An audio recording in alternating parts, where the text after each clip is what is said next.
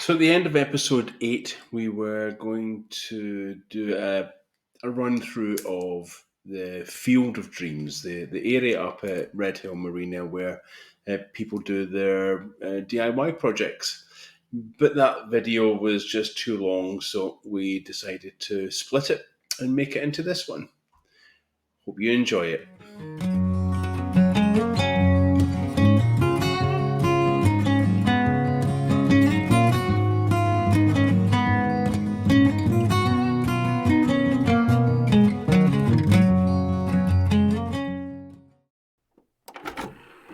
So it's a wee bit windy today, so while we've been doing a bit of a boat update, and they are quite short updates to be fair, because there's just lots of things happening, but they're all niggly little bits, but very, very repetitive.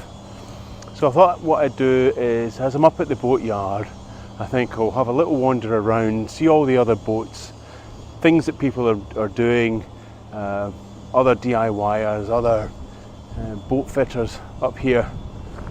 So I'll take a little wander around. Now they call this place up here, they call it the Field of Dreams.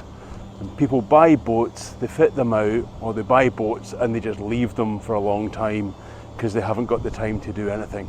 So let's go and have a little wander and we'll see what it's like. So let's have a look at these ones just at the front entrance.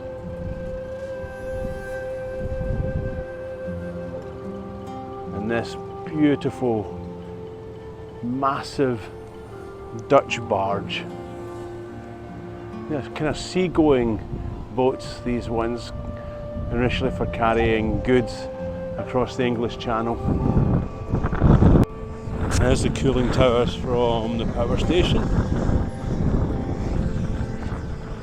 Somebody with a GRP boats. Some people call them yogurt pots because they're plastic, but they're really nice looking, fiberglass things. There's another Dutch barge style.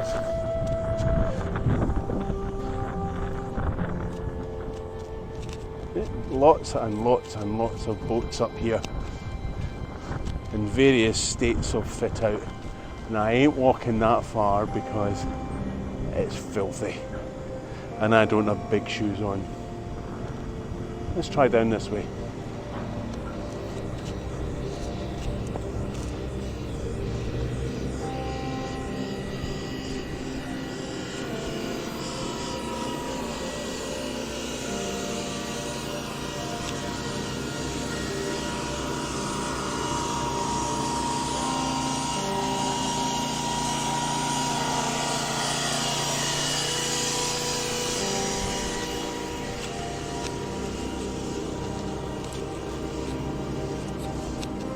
Right, into another field area.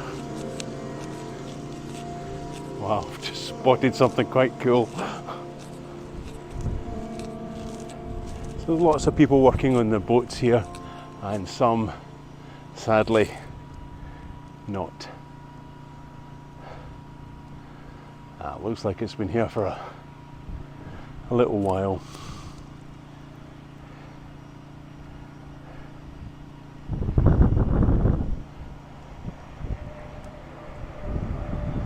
And you can buy second-hand boats like this actually quite cheaply. It just depends on how much effort you want to put in to clean them all up, get them all ready, because it's steel and it has to be ground out and cleaned and sandblasted. And nice boat called Puffin.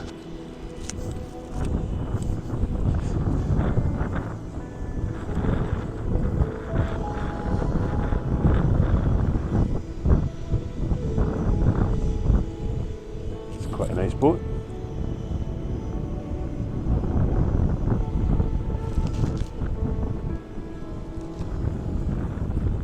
So some are quite sad, some are quite nice. Good, another part of the field.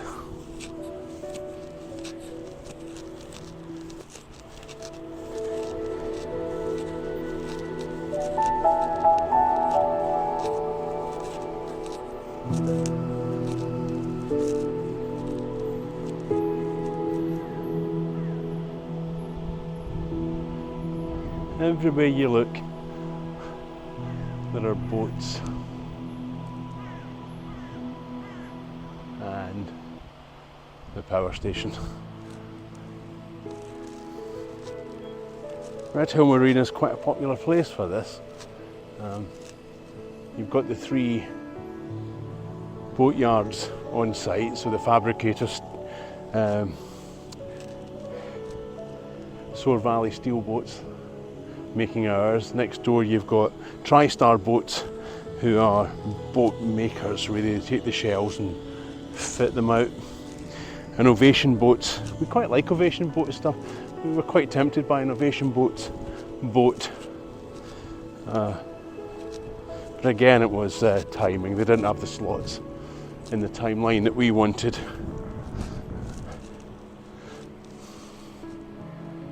That's quite a dinky little boat. Look at that. That's quite cool. Let's wander over there for a bit.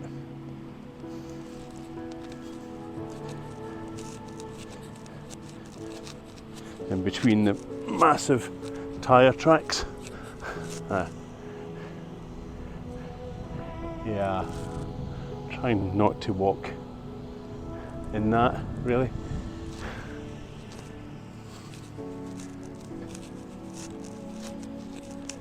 And this one I spotted.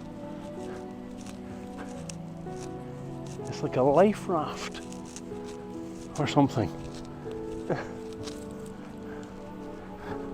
Might be a submarine. I think that's why it's painted yellow or orange. A little tugboat or some kind of thing.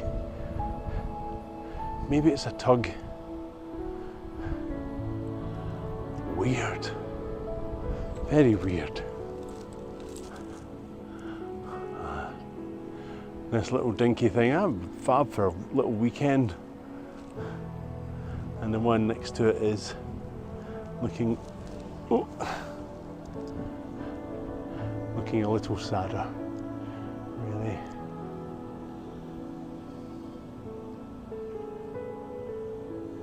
That would have been a nice boat for tourists and lunches, little trips across a river or something. That would have been lovely in its heyday.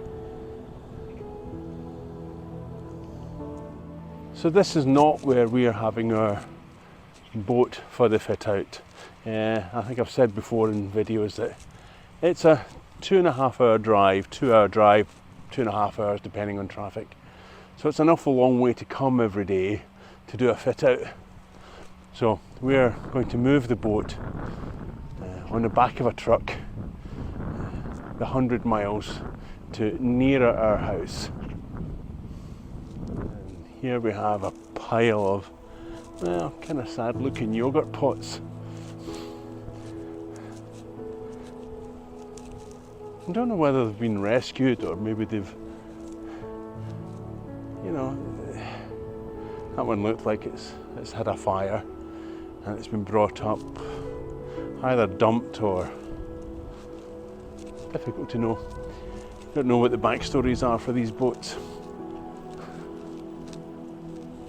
And some of them would have been absolutely lovely in their heyday. Look at Bella.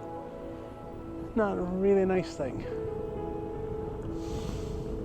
Around here, see so many different styles of narrowboats for all the different styles that you can do, really. But that one's lovely.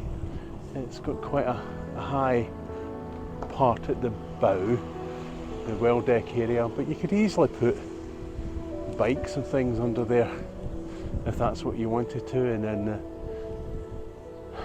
the metal frame is for the cratch cover, so it's all nicely covered. These are fairly recent looking boats.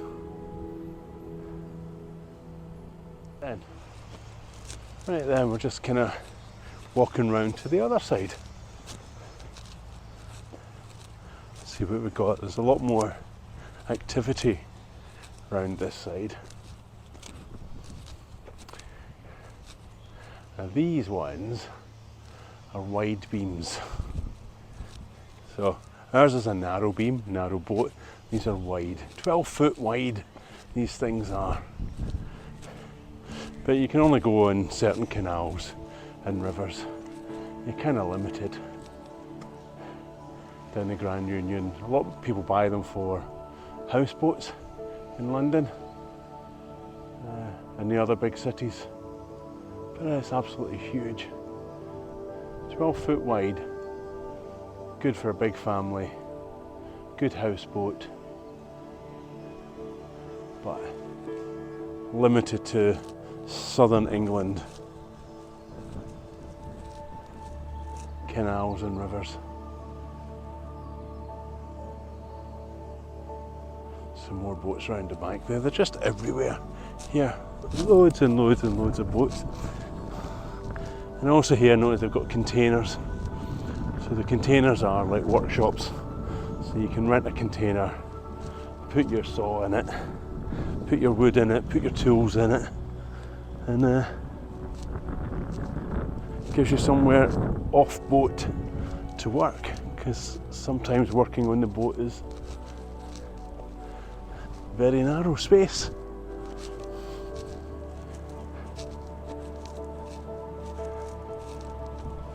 And there's a vlogger, Nanny and Grandad, making a narrowboat with Nanny and Grandad. We watched their vlogs. These are brilliant, absolutely brilliant, the pair of them. Amazing the things that they do in their boat. It's quite aspirational.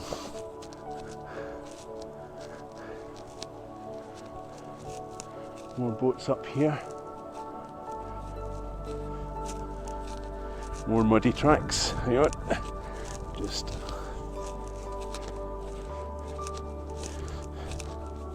I think the boats at the back up here are the ones that, well, definitely nobody working on them.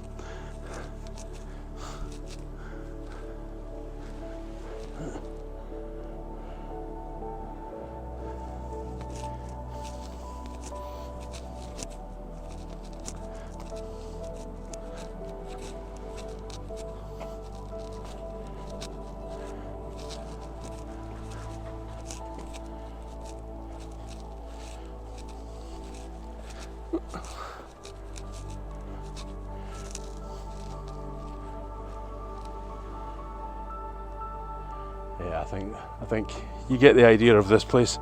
Vast number of boats, lots of people working on them, lots of people not working on them. I think that's about it. So this one's interesting because you can see things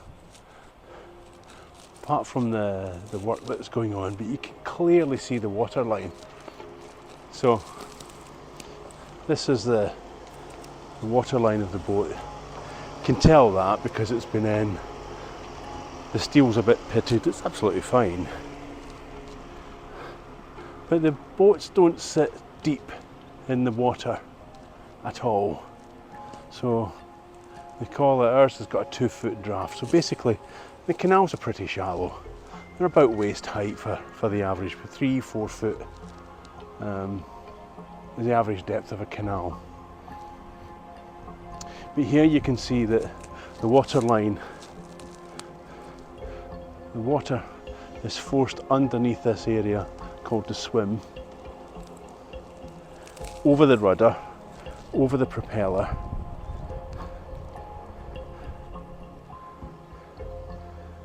So you have to make sure your boat is weighted, and we'll see that when we do the ballasting.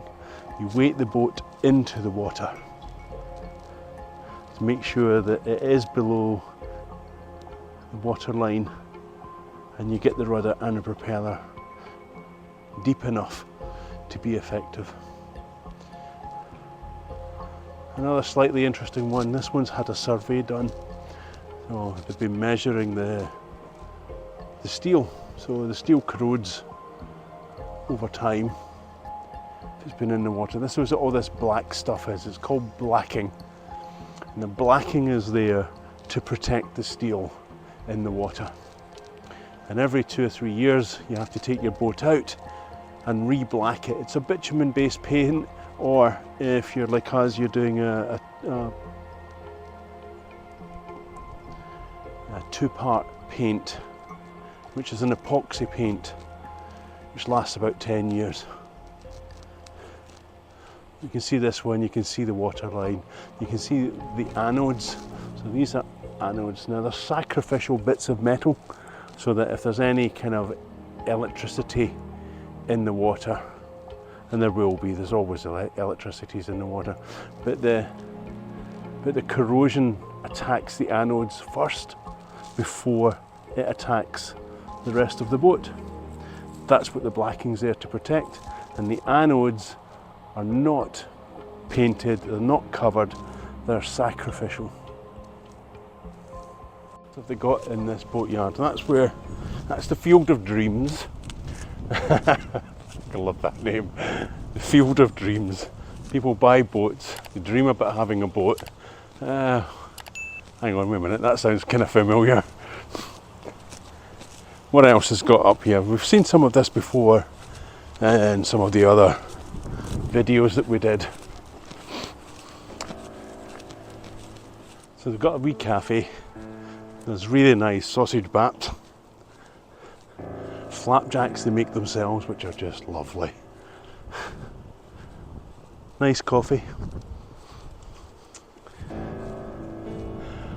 So those bricks. That's ballast. We'll talk about the ballast in a episode where we're going through the internals of the boat. But essentially, that's what weighs the boat down. You have to calculate the weight of your empty boat, how deep it needs to go under the water, and therefore you work out how much ballast you need to displace that water and make sure it sinks down. More ballast, kind of waiting for it to go in our boat, to be fair. So if you think about the weight of a boat, let's call it 14 tons. We know that it needs to be 17 tons for displacement. So we need to put in an amount of ballast to make it up to that 17 tons. But we don't put it all as bricks, because we have to take into the fact that there are things that we're putting in the boat. The wood, the bed, the water tanks, the hot and cold water tanks, the cooker, which weighs a ton, the washing machine.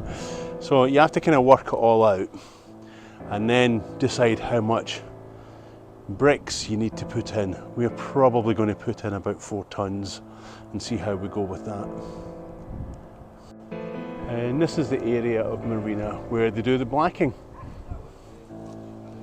So in particular in here, they sandblast the boats to clean them all up, get all the old blacking off, all the old paint off, completely sandblast them, and then they start priming them. And it's your primer that you then put your blacking on. So whether that's your 2-part epoxy paint or your single part bitumen paint, which and bitumen paint is definitely cheaper, but you have to lift your boat out every few years to redo it. So this one's obviously getting prepped up, ready. Hang on, there it's there, sorry about that. This one's getting prepped up, looks like it's already been sandblasted. Now you can't wait too long between sandblasting and painting, otherwise it would just become a big rust bucket again. And this is the last part of the marina. Water. Boats on water rather than out. And a lovely Dutch barge sitting on the hoist at the moment. Don't know if that's waiting to come out or waiting to go in. One of the two, obviously.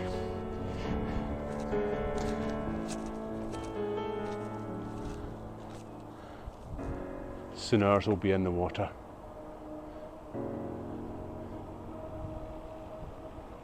That's it. That's the whole boatyard tour. Hope you found it interesting. It might be a bit long for you, but well, I found it interesting just wandering around. It's kind of cool. Right, so time for a cup of tea and maybe a flapjack. See you next time. That was bloody brilliant. Well, thank you for that assessment, Mr. Weasley. Okay, Roma, you know how I said I was having a cup of tea and a flapjack? I lied. Chicken nuggets and chips. No, Colin, no! Yes! Yum. Hey Gira, what do you think about that then?